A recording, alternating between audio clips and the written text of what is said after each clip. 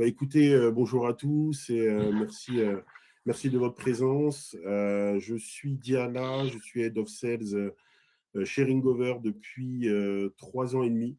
Je gère toute la force commerciale sur la partie France. Voilà. Enchanté de mon côté aussi. Merci à tous de votre présence.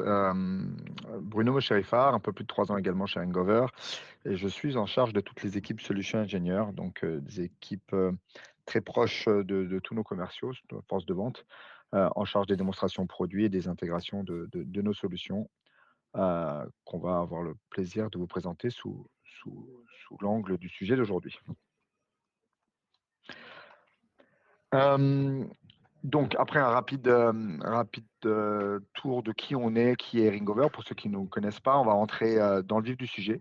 Donc la thématique du jour, c'est le retour sur investissement des projets IA sous un angle, vous l'avez compris, commercial avant tout, avec la présence de Diala qui va apporter, tout simplement son expérience en tant que Head of Sales France, son témoignage, et comment, les outils qu'on développe en interne et qu'on utilise évidemment, on est les premiers utilisateurs de ces outils-là, nous permettent, à travers ce prisme de l'IA et de l'automatisation, d'augmenter le ROI, quels KPIs, comment on mesure ça et avec quels résultats évidemment. Et à la fin, on aura le plaisir de répondre à vos questions. Évidemment, comme disait Cynthia, que vous ne voyez pas, mais qui co-anime avec nous, n'hésitez pas à poser vos questions dans le chat, dans la rubrique questions idéalement. Et on pourra y répondre soit au fil de l'eau, soit en tout cas à la fin, on prendra quelques minutes comme d'habitude pour répondre à tout le monde. Un rapide tour de table, un tour d'horizon plutôt de qui est Ringover. Ringover, quelques chiffres rapidement encore une fois, plus de 330 collaborateurs, une présence maintenant largement internationale, puisqu'on a des bureaux physiques dans 4 pays et des présences commerciaux en remote dans presque une dizaine de pays maintenant. Donc on couvre pas mal de pays.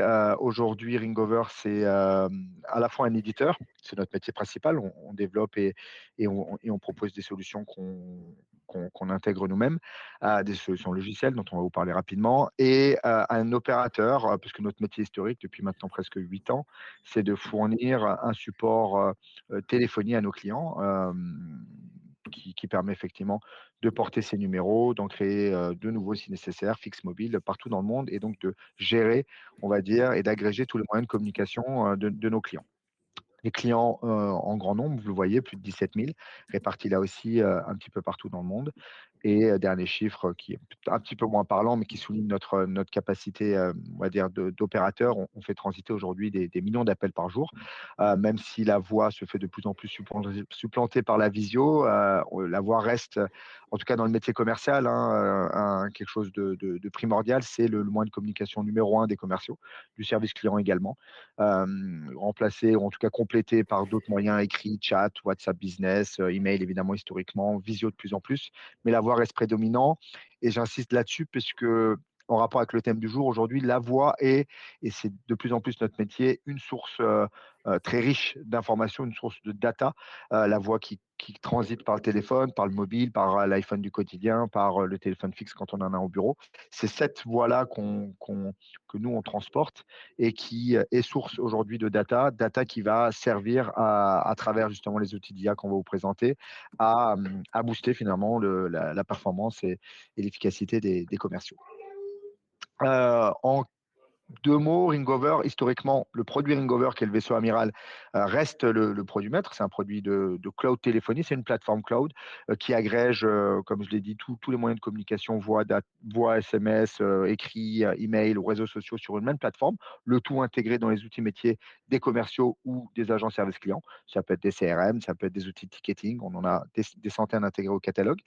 Le deuxième pan du produit sur lequel on va plus insister aujourd'hui, qui est plus récent, il a que quelques années, il a 3 ans, c'est l'outil qu'on appelle nous Empower d'analyse conversationnelle, d'IA autour de l'analyse conversationnelle, qui lui a vocation non plus à mesurer des métriques plus quantitatives, qui est plutôt le rôle d'Eric Gover, mais cette fois-ci plutôt d'aller au fond des conversations et de délivrer toute une série de métriques et de data, comme je disais tout à l'heure, qui permettent aux agents commerciaux ou à leurs managers, managers commerciaux, head of sales, directeurs commerciaux, de comprendre mieux effectivement à la fois le contenu de ces conversations-là, côté client, côté commerciaux, de prendre des décisions, d'ajuster aussi effectivement la stratégie en fonction de ça, de gagner du temps et donc d'avoir un ROI qui est réalisé dans ce sens-là, on y reviendra.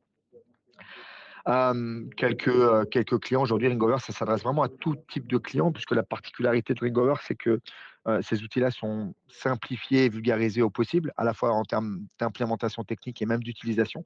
On ne s'adresse pas à des experts, on s'adresse à des gens opérationnels dans leur métier, encore une fois, dans le métier du commercial, dans le métier du recrutement, dans le métier du service client, qui sont les 3 pans principaux qu'on adresse.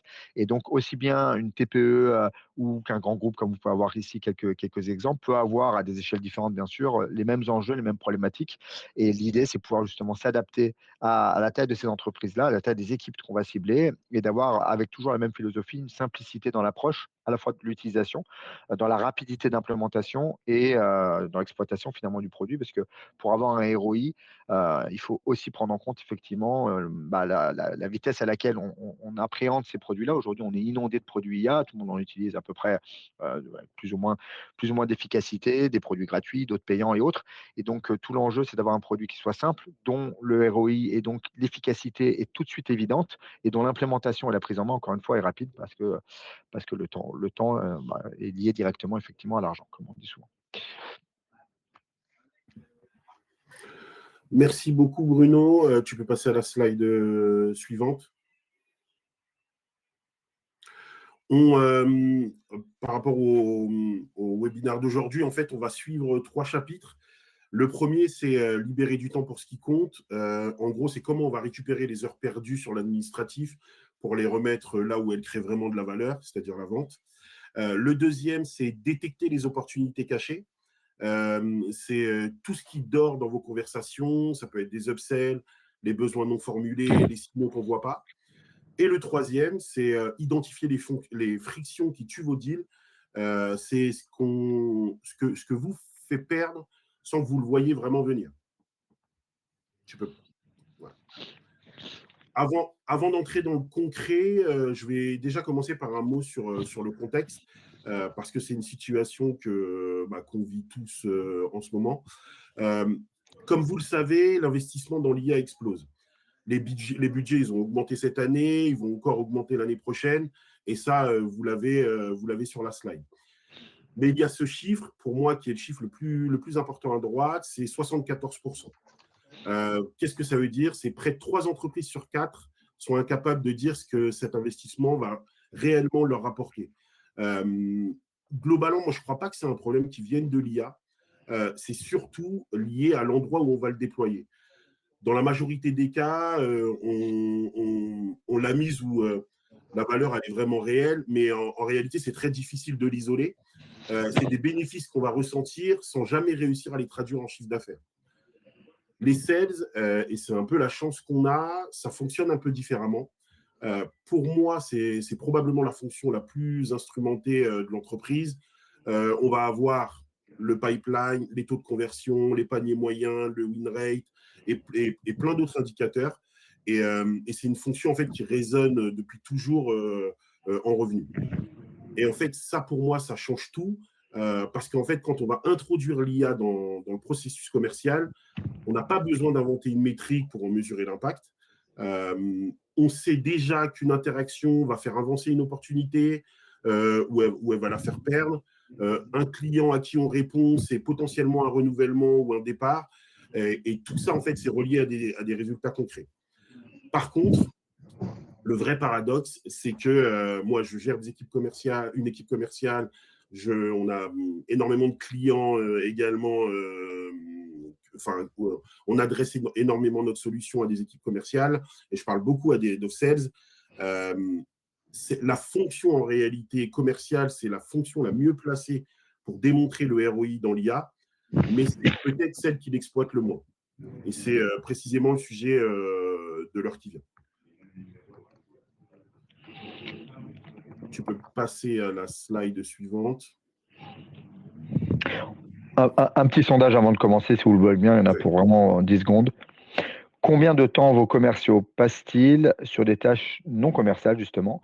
Donc, ça peut être de la saisie, de l'administratif, des comptes rendus, de la qualification. Selon vous, même si c'est pas chiffré très précisément, au doigt mouillé, ça représenterait quel pourcentage?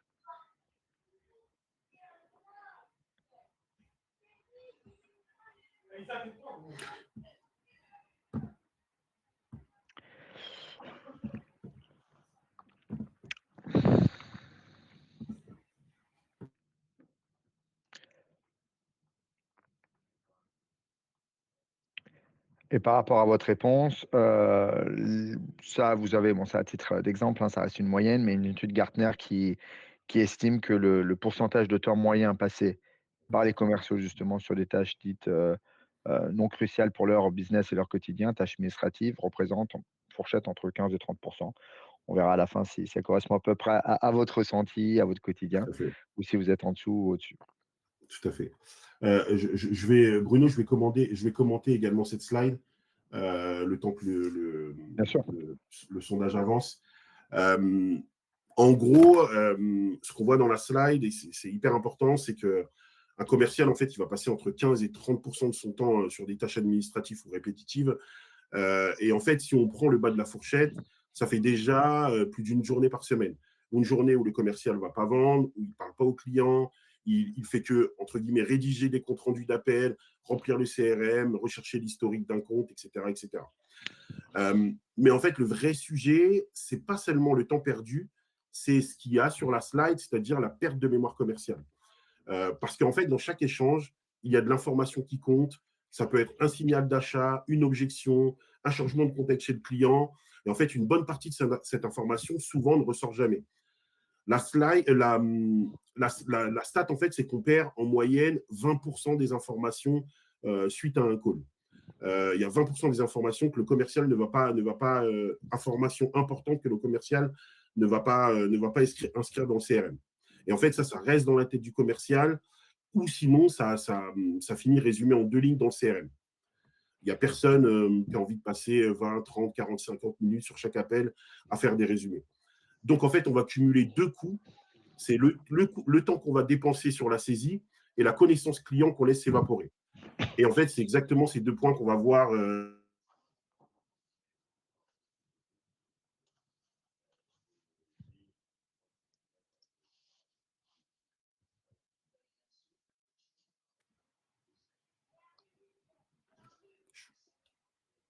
OK. Sur cette slide, je vais prendre mon propre exemple, excusez-moi, c'est ce que je vis tous les jours. Moi, aujourd'hui, je gère une trentaine de commerciaux, dont certains en direct. Et la valeur, en fait, je la vois à deux niveaux distincts. Côté commercial, d'abord, chacun passait facilement 1 heure ou 1 heure et demie par jour sur de l'administratif. C'est à la fois du compte rendu, de la mise à jour de CRM, de la recherche d'historique avant chaque rendez-vous. Avec la génération automatique, ces temps tombent à 2 minutes, ça tombe à 2 minutes de relecture. Concrètement, c'est globalement au moins 5 heures par semaine et par personne qui repartent où elles servent vraiment, c'est-à-dire la prospection, les rendez-vous et également la recherche d'informations stratégiques. Et accessoirement, en fait, le commercial, il arrête de vivre le CRM comme une corvée du vendredi soir. Parce que c'est aussi ça le problème. C'est souvent en fin de semaine qu'on va ajuster les différentes informations qu'on a dans le CRM. En tant que manager, ça change également la donne. Quand vous allez piloter une équipe de 30 personnes, moi, je ne peux pas écouter 10 appels par jour par commercial. Je suis aveugle, entre guillemets, sur l'immense majorité de ce qui se dit réellement avec le client. Aujourd'hui, j'ai une synthèse de ce qui se passe sur les terrains, les objections qui reviennent, et ça, on vous le montrera concrètement tout à l'heure, les arguments qui font mouche, les comptes qui peuvent patiner dans le temps. Je vois également ce que font les meilleurs commerciaux et pourquoi ils y arrivent. Et ça, en fait, c'est des informations que moi, je vais récupérer et que je vais pouvoir récupérer et surtout que je vais avoir de manière unifiée directement en même pas 10 minutes. Et je peux le diffuser à toute l'équipe au lieu que ça reste dans la tête de chaque commercial. Troisième point qui est important, il y a aussi l'onboarding. à 30 commerciaux, en fait, on a toujours quelqu'un qui arrive ou quelqu'un qui part. Un nouveau, il mettait des semaines à se mettre au niveau sur ses comptes. Et là, en fait, il va ouvrir l'historique, il va avoir tout le contexte en 2 minutes.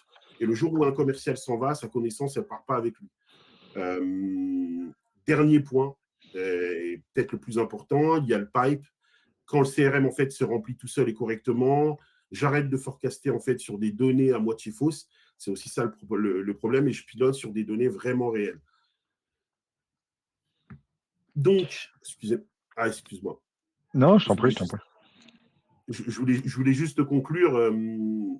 Derrière, en fait, ces deux métriques sur la slide, en fait, on a deux ROI qui sont tangibles. Celui pour le commercial qui va récupérer du temps, je vous parlais tout à l'heure de 5 heures, et le mien, celui du manager, qui va avoir plus de visibilité et avoir plus de temps pour le coaching et également avoir une visibilité beaucoup plus saine du pipe. Et l'idée, c'est de vous montrer un petit peu comment ça se matérialise. Merci, Diala. Donc, pour quelqu'un comme Diala, Head of Sales, l'enjeu, comme il le disait, c'est accéder à une forme de dashboard. Hein, finalement, c'est ça. On parle d'outils, on parle de dashboard. L'IA n'est que l'outil en fond, le résultat et le bénéfice attendu par un Head of Sales, en l'occurrence, c'est d'avoir ces métriques-là et de pouvoir, comme il disait, garder une trace tangible, une trace objective finalement de ces échanges-là. Aujourd'hui, un commercial, il peut avoir des échanges sous plein de formats différents. On parle du téléphone parce que ça reste, ça reste un format principal. La visio également, rapidement, on va dire, après des premiers échanges de qualification, on passe surtout quand on a des échanges avec plusieurs contacts avec à devoir effectivement utiliser les outils de visio. On a le téléphone portable quand on a des commerciaux qui sont plutôt des commerciaux itinérants ou qui ont un profil mobile. Donc, l'idée d'Hangover et d'Empower, c'est de pouvoir capter quel que soit le moyen de communication du commercial, encore une fois, que ce soit sur sa ligne mobile, parce qu'on fournit des lignes mobiles, que ce soit sur son logiciel de softphonie intégré dans son CRM, ça c'est Ringover, que ce soit sur sa visio Google Meet, Teams, Zoom ou sa visio préférée, tous ces outils-là sont supportés pour ne jamais perdre une trace ou un échange qui pourrait faire la différence dans l'analyse ou dans le suivi effectivement de ces communications. Le mail en fait partie également et les informations poussées dans le CRM. Donc c'est finalement cet agrégat et cet ensemble de connaissances que nous on va rassembler et qu'on va mettre à disposition. Mettre à disposition sous quelle forme? Je vais vous donner un exemple. Ici, vous avez donc, je partage mon écran, ce dashboard d'analyse conversationnelle que j'ai ciblé sur un commercial. Ici, on reconnaît sa photo, donc Tristan Legal. Tristan a plusieurs contacts et plusieurs échanges. C'est vraiment un log d'appel. Et quand je vais rentrer dans un échange, commençons par le plus simple pour vous montrer le type de data déjà auquel on peut accéder et les premiers éléments. Ici, on est vraiment sur une brique de base du produit et de ce que Diala utilise au quotidien, mais ou Diala ou le commercial lui-même, encore une fois, hein, il n'y a pas de raison que le sales ne s'en serve pas lui-même, mais tout le monde, donc sales et sa hiérarchie, ont accès à un ensemble de comptes rendus et de data extraites de cette conversation-là. Là, on est sur une conversation, en l'occurrence, qui a duré près de 15 minutes. On va avoir des choses assez classiques maintenant en 2026, avoir des comptes rendus, avoir des résumés. C'est des choses qui se font. On a beaucoup de note takers, beaucoup d'outils qui le font. L'idée, c'est de le faire différemment, c'est-à-dire de pouvoir déjà un maximum personnaliser ces comptes rendus-là, parce qu'il n'y a rien de pire qu'un compte rendu qui soit générique, qui n'a pas forcément le même sens dans un métier d'account manager qui doit faire de l'upsell que dans un métier de chasseur, dans un métier de quelqu'un qui va recevoir des leads, dans un métier pour du service client, pour du support technique, tous ceux qui doivent échanger avec l'extérieur. Donc ces comptes rendus-là doivent être déjà très orientés. C'est ce qu'on voit ici. Ici, on est sur un rôle plutôt d'account manager. Donc, on va avoir un contexte de résumé d'appel qui va être on va dire, orienté, tel que moi je l'ai décidé dans mes templates. Un template qui va mettre en exergue ou en avant les problématiques pour l'upsell, parce que c'est le rôle de Tristan, des problématiques avec des nouveaux cas d'usage qui doivent être détectés. Ça, c'est son travail d'aller creuser et voir s'il y a des opportunités pour augmenter le panier moyen de chiffre d'affaires et d'avoir un résumé, on le voit à la fin en quelques lignes, qui soit encore une fois orienté. Ce résumé-là, l'idée, c'est d'avoir là, pour cet appel-là, pour cette visio, ça aurait pu être une visio Teams, Zoom ou quoi que ce soit, comme je vous disais, et de le pousser dans l'outil favori CRM de Tristan. En l'occurrence, là, c'est Salesforce. Ensuite, on peut avoir des choses là aussi très customisées pour aller plus droit au but, qui peuvent donner des indicateurs à Diala sur cette affaire-là, sur les actions qui restent à mener, une sorte de to-do list, au-delà du résumé qui peut imaginez un appel d'1 heure qui peut être assez exhaustif, avoir en quelques bullet points des actions que Tristan, en l'occurrence, doit mener pour avancer sur son cycle de vente. Là, en l'occurrence, c'est des actions simples, envoyer une proposition commerciale, valider avec son manager, assurer un suivi de mail, etc., etc.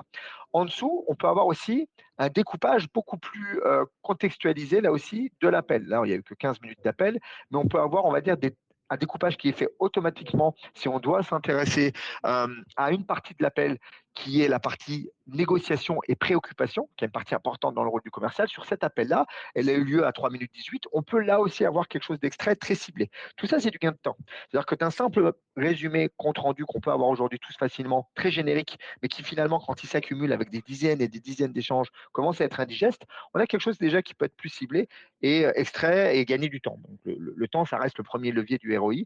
Gagner du temps, gagner et maximiser son énergie sur des actions commerciales qui ont du sens, ça fait partie du calcul du ROI.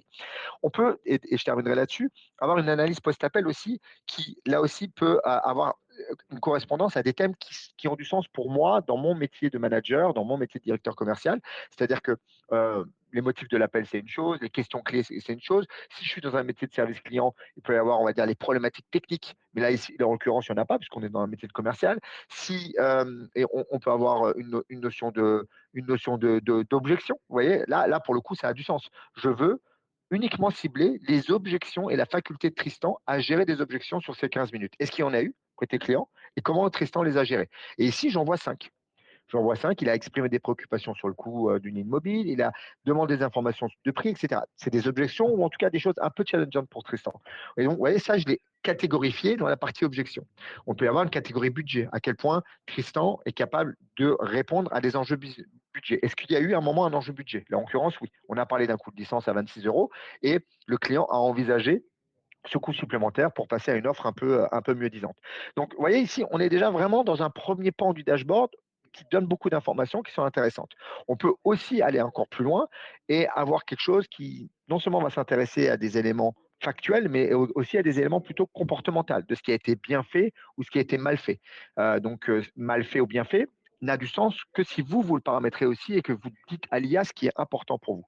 Finalement, cet outil-là va être pour vous en tant que manager ou pour le commercial, une sorte d'oreille, une oreille qui va, à l'inverse de quelqu'un qui va auditer ou écouter manuellement ou de façon randomisée des appels, quelque chose qui va intégralement écouter toutes les visios, tous les appels mobiles, tous les appels fixes, donc que ce soit d'appeler un 06 ou un téléphone fixe, tous les mails et toute la data émanant d'un CRM. Et vous en délivrez ce type d'analyse. On verra un petit peu plus tard comment on va dire encore mieux jongler avec cette data-là, mais c'est un premier jet, un premier pan de ce qui est possible. Le deuxième pan, et qui est en rapport là aussi avec le gain de temps, c'est ce que disait tout à l'heure Diala, c'est le remplissage du CRM. Aujourd'hui, Ringover et Empower est intégré dans à peu près tous les CRM majeurs du marché. Si on prend l'exemple de Salesforce, ce qui a d'assez laborieux dans le travail de Tristan, souvent en fin de semaine, c'est ce que disait Diala, c'est d'aller finalement soit appel par appel, soit à la fin de la semaine de façon un peu condensée, récupérer toutes les informations qu'il a notées lui dans n'importe quel outil pendant son appel ou récupérer dans le compte rendu des informations qui sont intéressantes et ensuite les saisir dans le CRM. Donc dans un compte rendu comme ça, il peut y avoir plein d'informations qui sont importantes et indispensables à mettre dans le CRM. Il peut y avoir des informations sur le budget, il peut y avoir des informations sur l'identité de la personne si c'est une première personne avec qui on échange, et sur son poste, sur son rôle, sur le fait que est-ce que c'est un décisionnaire ou pas. Il peut y avoir des informations sur la concurrence ou pas qu'on a récupérées. Ces informations-là, l'idée de l'IA et de telle qu'on l'a nous conçue, c'est de se dire, sur l'exemple d'un Salesforce que je vous montre là, pourquoi pas finalement, là aussi, entraîner Salesforce. Ici, on a une rubrique qu'on appelle euh, remplissage automatique du CRM, où je vais avoir en fait un menu qui va me permettre de dire, OK, dans mon CRM tel que moi je l'ai customisé, j'ai plein de champs qui sont obligatoires et que le sales doit remplir. Et chaque champ, c'est peut-être 10 secondes de temps du sales à aller le remplir et récupérer l'information dans son compte rendu ou dans sa tête s'il n'a rien noté. Euh, Ici, on va automatiser tout ça. Donc, dans une conversation sales, ici, vous avez plusieurs champs qui émanent de notre CRM Salesforce, mais ça, c'est applicable à tous les CRM. Le rôle du contact, son mail, son titre, le nombre de licences. En l'occurrence, nous, on est dans un métier de vente de licences. Donc, combien de licences l'intéresse si c'est quelque chose qui a été qualifié? Est-ce qu'il y a eu des compétiteurs, donc des concurrents qui ont été cités et identifiés informations importantes pour nos statistiques et à mettre dans le CRM. Toutes ces informations-là, plutôt que de laisser le commercial les remplir, ici, je vais tout simplement prompter, c'est-à-dire que pour l'exemple du compétiteur, je vais tout simplement prompter et dire, voilà, je veux que, par exemple, pour tel champ, là en l'occurrence, le rôle du contact, où je vais vous prendre le nombre de licences, prenons le rôle du contact. Ici, je vais prompter et je vais dire à l'IA, identifie-moi par n'importe quel commentaire ou information émise dans la conversation, côté Tristan ou côté client, si la position et le titre du client a été évoqué. Est-ce que c'est un C-level, un directeur, un manager, etc. Est-ce que son rôle ici a été évoqué? Si oui, récupère-la. Est-ce que son email, si on est dans un travail de prospection un petit peu en appel à froid, est-ce que l'email, qui est important à mettre dans le CRM pour derrière lui envoyer de l'information, a été récupéré? Est-ce que son titre a été récupéré? Et à chaque fois, je lui donne une instruction très simple. Identifie le titre. Ici, c'est en anglais, mais il faut l'imaginer en n'importe quelle langue. Une fois qu'on a donné ces instructions-là, en réalité, à la fin de l'appel, ce qui va se passer, c'est qu'on va avoir, en plus du compte rendu, tous ces champs-là qui vont être mappés automatiquement. On dit voilà ce que moi j'ai récupéré, ce que moi en tant qu'IA, voilà ce que j'ai récupéré, voilà selon moi à quoi ça correspond comme champ précis dans le CRM. Le commercial peut avoir un droit de regard, c'est quelque chose qui est paramétrable pour dire ça me paraît cohérent, ces informations-là sont celles que j'ai bien auditées, je valide, tout est poussé instantanément dans le CRM. Donc j'ai le compte rendu classique, mais j'ai le remplissage des champs qui sont importants pour Diala, pour n'importe quel head of sales, pour derrière faire ses rapports, ses stats, et simplement avoir un pipe qui soit correctement entretenu et pas simplement sur les dires ou la mémoire du client. Donc voilà vraiment les deux leviers qui, dans ce chapitre libéré du temps, permettent vraiment d'accélérer, on va dire, le ROI, c'est-à-dire gagner du temps et donc de l'argent et donc de l'efficacité, des informations plus pertinentes, saisies en moins de temps et centralisées de façon beaucoup plus lisible aux yeux du manager commercial.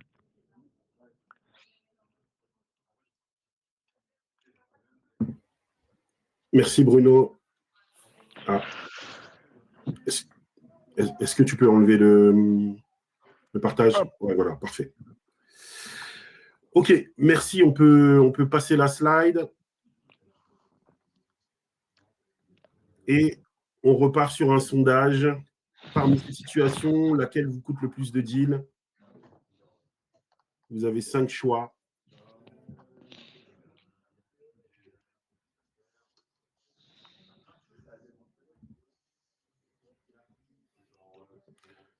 Et je pense qu'on va avancer, Bruno. Exactement. Ok. Merci beaucoup, Bruno, pour l'explication. Par rapport aux précédentes slides et à la présentation de Bruno, en fait, on a réglé la capture. C'est-à-dire que effectivement, on va récupérer les informations de manière unifiée. Ça, en fait, ça va nous amener directement au problème suivant. Et c'est un problème qu'au fond, en fait, on va se créer nous-mêmes. D'un côté, en fait, les objectifs vont monter. Chaque année, on va demander un peu plus aux équipes, et ça, c'est normal, c'est le métier. Et de l'autre côté, maintenant qu'on transcrit, excusez-moi, et qu'on résume chaque échange automatiquement, on produit une masse de données qu'on n'avait jamais eue auparavant. Et ça, en fait, c'est le deuxième piège. C'est le piège. C'est accumuler de la donnée sans pouvoir réellement l'exploiter. Sur 30 commerciaux, je vous ai dit tout à l'heure que moi, je gérais une équipe de 30 commerciaux. Ça représente des centaines de comptes rendus par semaine que personne n'a matériellement, excusez-moi, le temps de lire. C'est des informations qui restent précieuses, mais elles restent, entre guillemets, dormantes. Et c'est de la donnée qu'on n'exploite pas. Donc, la question, en fait, n'est plus de savoir si on capte l'information. Ça, c'est réglé. La question, maintenant, c'est comment on la traite efficacement. Tu peux avancer, Bruno? L'idée, en fait, ça va être d'arrêter de lire la donnée, mais on va l'exploiter et lui poser des questions. C'est exactement ce que moi, je fais, par exemple, avec une solution qu'on a à Scampower. Au lieu de taper 200 résumés d'appels, je pose ma question directement. Les questions, ça peut être, par exemple, quels concurrents reviennent le plus dans nos appels ce mois-ci? Ou sur quel sujet je devrais me concentrer pour mon prochain coaching par rapport aux différentes interactions que les sales ont eues avec les prospects. Et la réponse, en fait, moi, je vais l'avoir en quelques secondes sur l'ensemble des commerciaux. Pour un manager comme moi, ça va débloquer deux choses très concrètes. La première, c'est la fiabilité du forecast.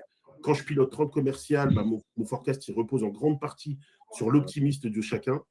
L'analyse prédictive, elle regarde les vrais signaux dans la conversation, un deal qui ressemble à ceux qui closent et à ceux qui meurent. Et je vais forecaster en fait sur des patterns réels et pas sur du ressenti. La seconde, en fait, ça peut être l'expansion d'un compte. Un exemple précis, j'étais en échange avec un commercial de mon équipe très récemment. Il avait un appel sur un renouvellement. Et le client, il glisse en passant dans la conversation qu'il ouvre un deuxième cycle l'an prochain. Le commercial, lui, était concentré sur son renouvellement et en fait, il ne va pas relever l'information importante de l'ouverture d'un deuxième cycle. Grâce à Empower, en fait, je vais détecter ces signaux faibles et je vais les faire remonter. Résultat, au lieu d'un simple renouvellement, on déclenche potentiellement un upsell. Et ces signaux-là, en fait, c'est l'outil en fait, qui va les analyser pour pas que ça passe à la trappe. Et c'est là, en fait, que le ROI, en fait, il va changer de nature. Sur les slides précédentes, on parlait de temps gagné, et ici, on va parler plutôt de taux de closing et de revenus d'expansion. On ne va pas mesurer uniquement ce qu'on économise, mais on va mesurer également ce qu'on peut générer en plus. Et donc, ça se traduit comment? C'est ce que, effectivement, je vous montrais sur le bout de démo précédente. À force de cumuler de la data, c'est ce que disait Diala, l'enjeu n'est plus tellement de l'avoir, cette data-là, mais de l'exploiter correctement. Parce que vous l'avez vu, cette data-là, je vous ai pris l'exemple d'un appel audio, mais on peut l'avoir de façon très, très quantitative aussi sur des appels visio. Là, vous reconnaissez le logo de Google Meet. Donc, entre la visio, l'audio, de plus en plus aussi le mobile, parce qu'on est capable aussi d'aller capter les appels mobiles, plus historiquement les mails, ça fait beaucoup d'informations, hein, une information qui est disparate et qui est compliquée derrière à exploiter. L'enjeu, et c'est ce que disait Diala, avoir un sorte d'assistant. C'est le petit logo que vous voyez sur la droite ici, qui peut se balader, que nous on a appelé Ask Empower, c'est notre petite mascotte, qui lui va avoir, quand je vais l'ouvrir en plein écran, ce rôle, si j'engage une nouvelle conversation avec lui, comme un assistant IA, comme un ChatGPT, comme un Claude que vous utilisez peut-être, de pouvoir effectivement discuter, mais avec comme capacité d'être connecté à l'ensemble justement des conversations dont je parle depuis le début. Donc cet agent IA-là a accès, si vous lui donnez les droits, aux audios, aux visios, aux mails, aux informations pré-remplies ou automatiquement remplies dans le CRM, quel que soit le CRM, on a des connecteurs, c'est les mêmes connecteurs qu'on développe directement ici, et aux appels, même mobiles, j'insiste aussi là-dessus. Résultat, il n'y a aucun appel ou aucun échange, en tout cas vocal, ou écrit même, qui échappe à son regard.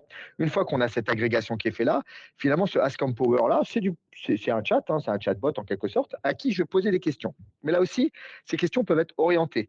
C'est-à-dire que je peux lui demander déjà d'aller chercher des sources d'informations différentes. Là, vous reconnaissez quelques CRM. Et je peux ajouter une entité. C'est-à-dire que je peux automatiquement aller taguer ou chercher de l'information sur un agent commercial, agent service client, sur un contact précis qui va être pioché directement dans mon outil CRM ou un compte, donc ça peut être à plusieurs échelles, le compte ou un contact très précis associé au compte, sur un appel.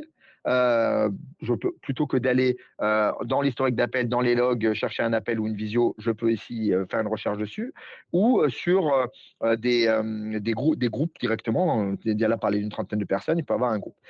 Une fois qu'il y a d'autres indicateurs, mais ce sont les principaux. Ensuite, je peux lui poser des questions. Donc, si par exemple, dans le cas, tout à l'heure, Diala parlait dans le cas d'un dossier sur lequel je veux tester un upsell. Ici, vous avez vu dans nos références, on a une grosse boîte d'assurance française en client avec des centaines d'agences. J'ai la possibilité, si on le regarde là-haut, de prompter et de dire voilà, je cherche ici, vous voyez dans mon exemple, je cherche à faire de l'upsell sur ce compte. Ici, j'ai fait arrobase AXA Assurance, il allait automatiquement chercher ce compte AXA Assurance dans mon CRM. Je lui donne un petit peu plus d'informations, plus de contexte. Je lui demande d'identifier tous les défis auxquels on peut répondre. Ou des nouvelles équipes au sein de ce client-là qui souhaiteraient peut-être essayer Ringover ou Empower pour aller chercher des nouveaux utilisateurs, en se concentrant sur ce qui nous permettrait de vendre davantage, des licences, ça c'est notre métier, ou des solutions alternatives, donc cross-sell ou upsell. Pour les nouvelles équipes, si elles sont identifiées, donner la priorité aux mentions explicites et lister simplement les services existants. et donc préciser à chaque fois le cas d'usage. Vous voyez, donc c'est un prompt qui est assez contextualisé, c'est pas juste dis-moi s'il y a de l'upsell sur ce compte, hein, ça pourrait, mais derrière, vous rentrez dans un. C'est exactement comme n'importe quel outil d'IA, hein, plus on contextualise et on prépare, on va dire, son interrogation, plus le résultat peut être pertinent. Et le résultat, c'est que il va commencer à m'analyser effectivement tous les échanges qu'il y a eu entre les commerciaux, et pas que les commerciaux, parce qu'une analyse d'upsell, ça peut avoir des incidences sur les commerciaux, sur les équipes AM, sur les équipes CSM, si le client est déjà en compte. Et donc, on va analyser les échanges de ce compte avec toutes les différentes parties prenantes chez Ringover, en l'occurrence, et voir effectivement si sur les derniers mois, il y a une opportunité pour moi ou pour Diala en tant que Head of Sales à aller chercher du business supplémentaire. Et là, on voit qu'il voit une opportunité claire sur l'édition de rapports journaliers, mais pas de pipeline ou d'opportunités liées ouvertes directement sur Salesforce. Déjà, il voit une anomalie entre une opportunité finalement qui, lui, en tant qu'IA, a détecté, on va l'humaniser entre guillemets, lui en tant qu'IA, mais qui, côté sales, n'a pas été ouverte. Et donc, finalement, voilà le genre d'opportunité qui peut complètement passer sous le radar de Diala. Parce que s'il n'a pas l'opportunité qui est ouverte, qui est taguée, qui est flaguée correctement dans Salesforce, lui part du principe qu'il n'y a rien. Alors qu'en fait, s'il avait pris le temps d'écouter toutes les conversations, ce que prend l'IA, effectivement, quelques secondes, on voit qu'il y en a. Et il y a eu trois signaux. Trois signaux. Un signal appelé défi explicite, où on voit que avec un interlocuteur qui est celui-ci, en plus, puis il peut avoir multi-contact, il y a un angle d'upsell fort pour vendre plus de licences parce qu'il y a des équipes qui doivent produire plus de rapports. Donc, il y a un besoin de rapport auquel, effectivement, aujourd'hui, Ringover tel que c'est là ne répond pas. Il faudrait donc passer sur une licence supérieure avec plus de statistiques, plus de rapports. Il y a un autre défi, c'est l'usage actuel suggéré. C'est-à-dire qu'on voit qu'en fait, Lina, qui est une utilisatrice du produit, enfin côté celui qui est notre CSM, pardon, a décelé que il y a un usage qui est peut-être pas assez poussé du produit. Donc il y a un sujet aussi d'adoption et donc de formation qui peut aussi, si on va minimiser le churn pour une équipe CSM, augmenter le taux d'adhésion, peut-être effectivement donner envie d'acheter plus de licences ou d'équiper des nouvelles équipes. Et en parlant de nouvelles équipes, il y en a aussi des nouvelles qui ont été détectées, des nouvelles équipes qu'on n'adresse pas aujourd'hui sur un accès qui contient certainement des dizaines ou des centaines d'utilisateurs, et en l'occurrence des équipes commerciales sinistres qui en plus ont été identifiées par leur nom ou prénom et qui doivent, elles, être priorisées si on veut amener un nouveau produit sur elles. Ensuite, on voit ces équipes-là, elles ont été bien ciblées en trois catégories. On retrouve sinistre commercial et direction d'agence, avec des cas d'usage qui sont différents et qui correspondent à chacune de ces équipes-là. On a l'interlocuteur qu'il faut bien cibler et le besoin et sous quel angle commercial qu'il faudrait attaquer. Et donc, et derrière, l'IA, pour terminer, va donner un ordre de priorité, 1, 2, 3. Qu'est-ce qui doit être en priorité attaqué? Parce que qu'est-ce que l'IA a décelé comme étant une opportunité court-termiste tout de suite importante? Et à l'inverse, qu'est-ce qui est un petit peu moins prioritaire? Par exemple, le compte semble structuré autour de plusieurs pôles. Une expansion sur une multi-équipe semble un peu moins prioritaire. Il faut bien valider s'il y a ce besoin-là, mais ça peut être effectivement intéressant aussi de l'adresser. Donc, vous voyez, vraiment un prompt un petit peu contextualisé, j'ai détecté des choses que peut-être le commercial ou le CSM, et parce qu'il y a un moment où on est trop aussi à parler au client, le head of sales ne verrait pas sur le CRM, le head of sales ne le verrait pas simplement avec la data ou les one-to-one qu'il fait. Et là, l'IA est assez puissant pour nous l'accorder. Et ce type de, d'analyse, on va dire, de pipe, peut être fait vraiment. Alors là, je l'ai fait sur un upsell, hein, mais il faut l'imaginer aussi sur une analyse de risque. C'est-à-dire, si je prends un autre exemple ici que j'ai fait, parce que comme ça prend un petit peu de temps à analyser, je vous l'ai fait en amont. Je prends l'exemple d'une commerciale dans l'équipe de Diala et je lui demande analyse-moi les signes de risque basés sur les prochaines étapes. Est-ce qu'il y a une résistance de prix? Est-ce qu'il y a un manque d'alignement? Est-ce qu'il y a des champions qui n'ont pas été identifiés? Et finalement, l'outil va aller parser l'ensemble des opportunités de cette commerciale-là, sur Salesforce en l'occurrence, aller couper et recouper ça avec tout ce qui s'est dit dans le passé sur l'ensemble des appels, aussi nombreux qu'ils puissent être, ou visio, que cette commerciale a eu sur chacun des comptes. Donc, vous imaginez un peu la masse d'informations. Et ensuite, aller extraire et dire, OK, sur ces dossiers-là, en l'occurrence, qui sont encore en qualification dans Salesforce, c'est un petit peu trop léger. Et donc, il y a peut-être des choses qui échappent à la commerciale parce qu'il y a dans la méthodologie commerciale que nous on utilise, où il faut toujours identifier l'acheteur, identifier les prochaines étapes, bah, il y a plein de choses qui n'ont pas été correctement récupérées par la commerciale. Donc ça les met en avant et ça te donne les bonnes actions à faire pour qu'effectivement cette affaire-là ne soit pas perdue et surtout qu'on ne passe pas à côté, parce que c'est surtout ça l'enjeu, d'une d'une opportunité qui peut-être aurait pu être soulignée uniquement par une meilleure action ou par une meilleure qualification de la commerciale.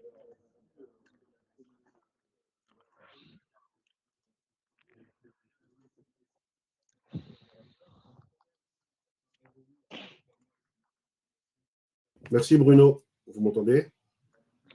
Oui. Ok, parfait. Parfait. Est-ce que tu peux passer à la slide suivante? Un dernier sondage, Effectivement. cette fois-ci sur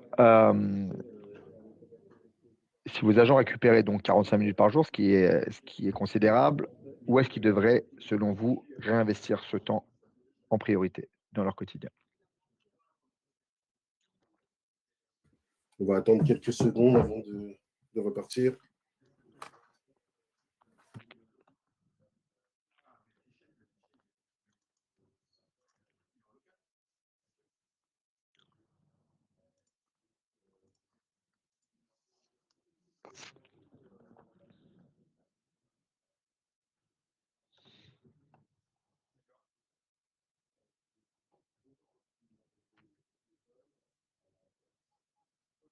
On va passer à la slide suivante, Bruno.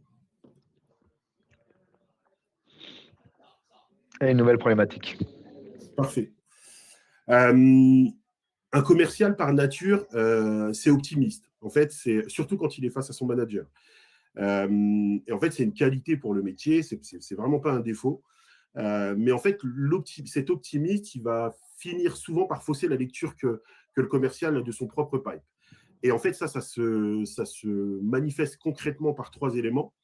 D'abord, juste après l'appel, la mémoire elle va potentiellement un peu se déformer, le CRM il va être rempli 2 heures plus tard de tête, et on retient surtout ce qui nous arrange. Le client il devient chaud alors qu'il avait laissé passer entre guillemets 2-3 doutes. Ensuite, côté manager, sur mes 30 commerciaux, je vois que leur version des appels, la version optimiste, aucune visibilité sur ce qui est réellement dit dans la conversation. Et enfin, nous, c'est un exemple chez nous qui est hyper important, c'est la gestion, par exemple, des leads entrants. Un prospect qui rappelle le soir ou un pic de charge, personne ne va décrocher et l'opportunité elle va tomber dans le vide. On ne va pas avoir d'informations par rapport à ces informations. Je suis désolé, j'ai les aléas du direct, excusez-moi.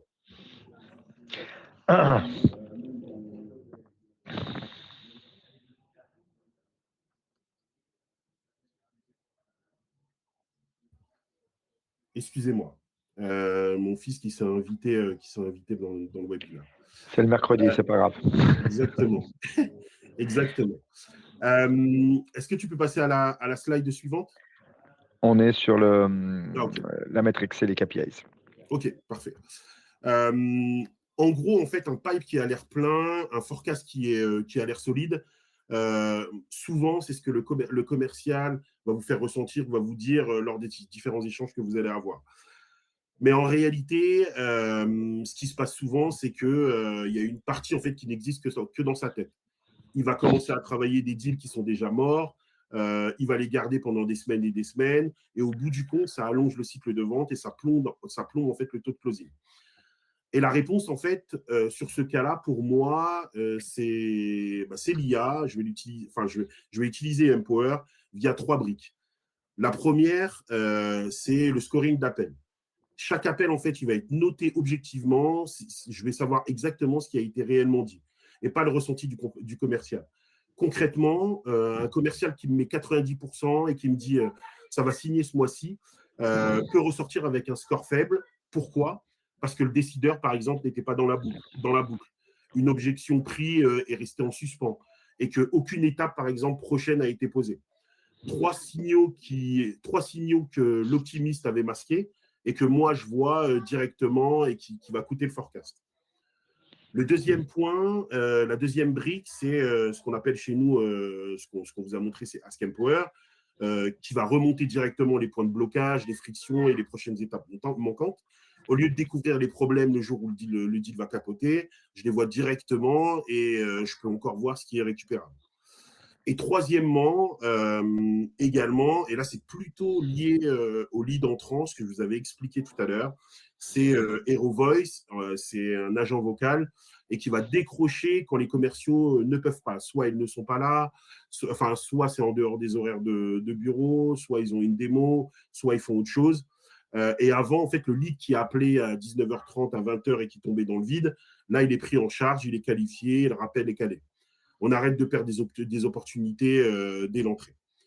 Et c'est exactement ce que mesurent les deux métriques de la slide, la durée du cycle de vente, en tuant les deals morts plus tôt et en posant des étapes claires. Le pipe, il va avancer au lieu de stagner. Et le taux de closing, on va travailler en fait les vrais deals, on agit sur les vraies frictions et on ne perd plus un lead en route. Au fond, ce que ça me redonne en tant que manager, c'est une lecture objective de mon pipe. Et mon forecast, en fait, il arrête d'être une addition d'optimistes. Il devient en fait une vraie photo de la réalité.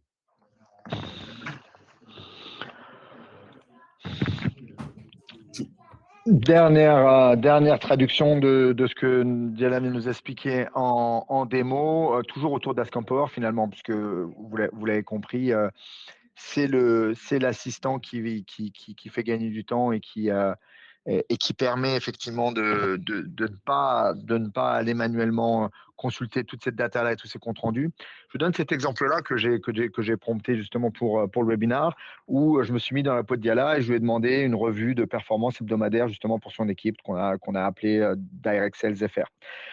J'ai demandé à Scampower, à l'IA, de me montrer, de me faire cette performance sur plusieurs critères. Ça peut être voilà, sur un volume d'appels, parce que on leur demande de faire de la prospection téléphonique, des tendances qualité. Là, ça fait écho au scoring dont parlait Diala tout à l'heure. Je vais revenir dessus. Des blockers de deals qui pourrait y avoir et que l'IA pourrait déceler, que Diala n'aurait pas vu forcément. Un classement, une sorte de leaderboard des commerciaux en fonction de tous ces critères-là. Et sur quoi je devrais, moi, revenir en priorité, trois deals ou trois passages. Vous voyez, sur un prompt qui est simple et synthétique de cette manière-là, je vais avoir quelque chose qui, là aussi, en termes de gain de temps et d'efficacité, va être évident.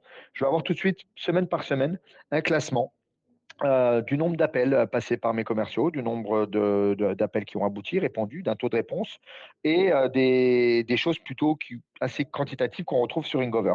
À la fin, je vais avoir une note moyenne. Ça, c'est intéressant. Vous voyez, sur 5, entre 2,5, 2, etc., qui est une note moyenne, plutôt faible pour certaines semaines, un peu plus haute pour d'autres. Cette note moyenne, c'est ce que disait Diala tout à l'heure, elle correspond à un scoring très personnalisé que vous allez, on va dire, paramétrer en amont au niveau de l'IA, dire qu'est-ce qui est important pour vous et qu'est-ce qui ferait qu'une note d'appel serait plus proche de 5 que de 0. Est-ce que ça va être des critères liés à la faculté du commercial à gérer des objections, à suivre un script d'appel, à se comporter de telle ou telle manière dans sa façon de parler. Ça peut être comportemental, son élocution, l'interaction qu'il a avec son client, ça peut être plein de choses. Est-ce que ça peut être aussi des connaissances produits? Est-ce que ça peut être une méthodologie aussi commerciale qu'il faut suivre? Si vous avez une méthodologie très spécifique, type Medpic, Bounce ou autre, qui doit être reflétée dans le CRM, l'IA peut noter l'appel en fonction de la faculté du sales et du commercial, donc à suivre cette méthodologie, à évoquer toujours les mêmes thématiques, à récupérer les bonnes informations. Une fois qu'on a cette note, on voit qu'on a une première lecture, mais qui est une lecture plutôt sous l'angle du volume d'appel, qui n'est pas forcément révélateur d'une performance à elle seule, mais qui a du sens. On voit que le volume, et là, une mini-synthèse. Il a dit le volume d'appel monte sur la semaine du 18, ça retombe un petit peu. On a un taux de réponse qui reste très haut sur toute la période. Bien, pour un mois de mai, c'est plutôt pas mal. La durée moyenne baisse nettement après le 4 mai, ce qui colle avec les appels plus courts et plus transactionnels. En dessous, on va avoir un classement des commerciaux en fonction de la note dont j'ai parlé tout à l'heure. Et avec cette fois-ci, une lecture, cette fois-ci, une sorte de pipe review, plus sous l'angle qualité. Et on voit que la qualité reste bas. Donc, en fait, sur cet échantillon-là que j'ai fait, les notes d'appel sur 5 sont assez basses. Le meilleur score reste assez modeste. Et donc, on a plutôt un sujet collectif qu'individuel à gérer. Et il y a des écarts qui sont un peu plus visibles sur les qualités du deal. C'est-à-dire que si on rentre dans le détail, on voit à chaque fois pour chaque commercial la note moyenne et finalement le point faible qu'il y a eu selon les scores que moi j'ai préalablement promptés et paramétrés.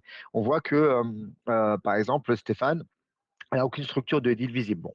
Gaël, il lui manque à chaque fois le décisionnaire, il lui manque à chaque fois l'acheteur. Il les a, en tout cas sur ces tranches d'appels-là, sur ces 15 appels-là, pas détectés. Il n'a pas eu l'occasion, on va dire, de les déceler. Donc, c'est quelque chose qui a détérioré la note, etc., etc. Et on va avoir une sorte de compilation de tous les blocages récurrents qu'on a sur ces 30 derniers jours d'échanges visio et d'appels. On voit que l'impact qu'il peut y avoir à ne pas détecter le bon interlocuteur ou avoir des résistances autour du prix irrégulière fait que, par exemple, là, les clients demandent du temps ou remontent ça au management. Les prochaines étapes qui sont faibles, c'est-à-dire elles sont mal identifiées, bah, le pipeline reste mou, etc., etc.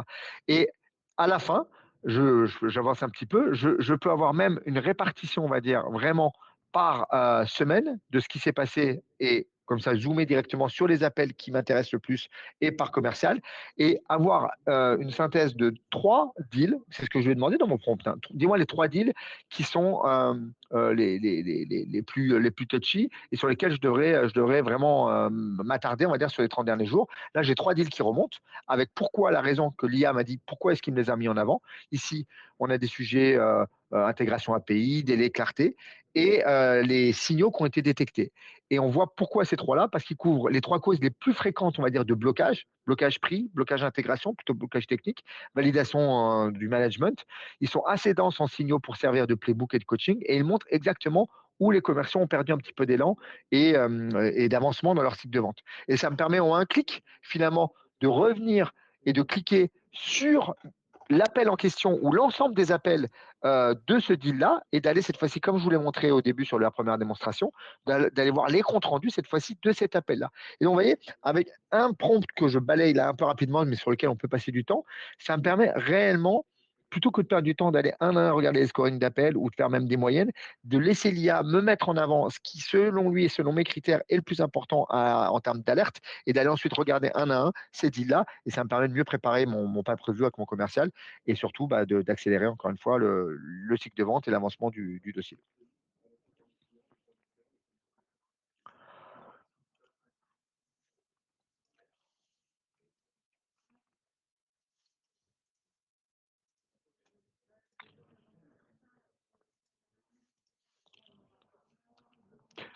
On arrive au bout de l'heure, le temps presse un petit peu, je vais te laisser conclure Diala avant de passer aux questions.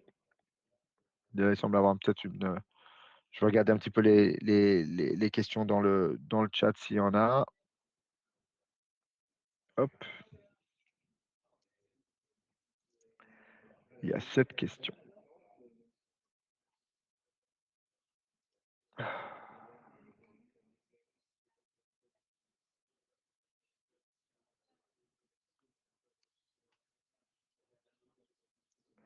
Excusez-moi. Donc, Empower est capable de faire des tableaux où il répond uniquement en langage naturel.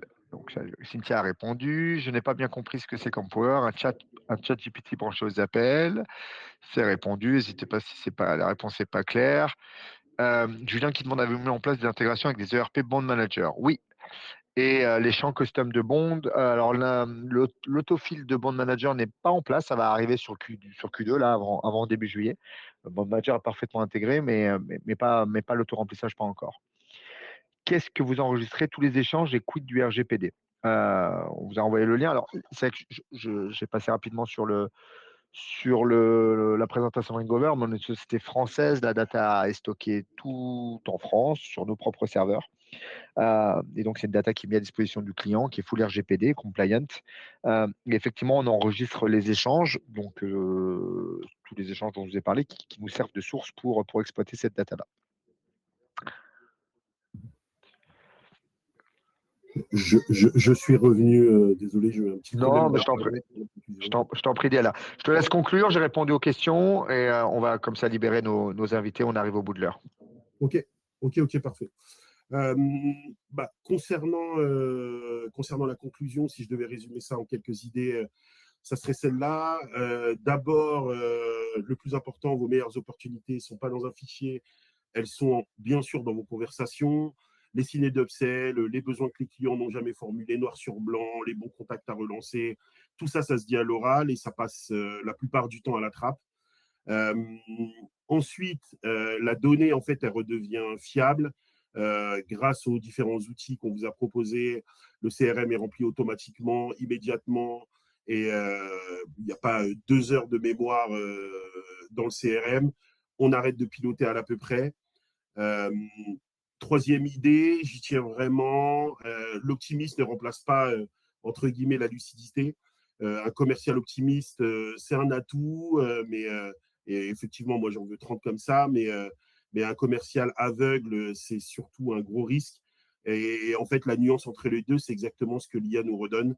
Euh, et un point également pour moi qui change tout, surtout pour celles et ceux qui doivent défendre ces projets en interne, le ROI en fait de l'IA dans les équipes sales, ça se calcule. Le temps gagné, plus de temps gagné, plus de deals invisibles qu'on réactive, plus de taux de win qui remontent.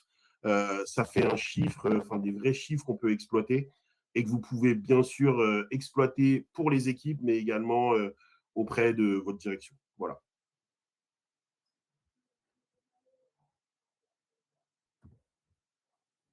Merci Diala. Je répondais aux dernières questions de Cléa Ouais. sur les intégrations outils métiers, ERP, même ceux qui ne sont pas standards, avec lesquels on peut être parfaitement intégré. Il est midi, on va vous libérer. Merci encore à tous Merci à de votre tous. attention. Pour ceux qui sont restés jusqu'au bout, le replay sera de toute façon diffusé.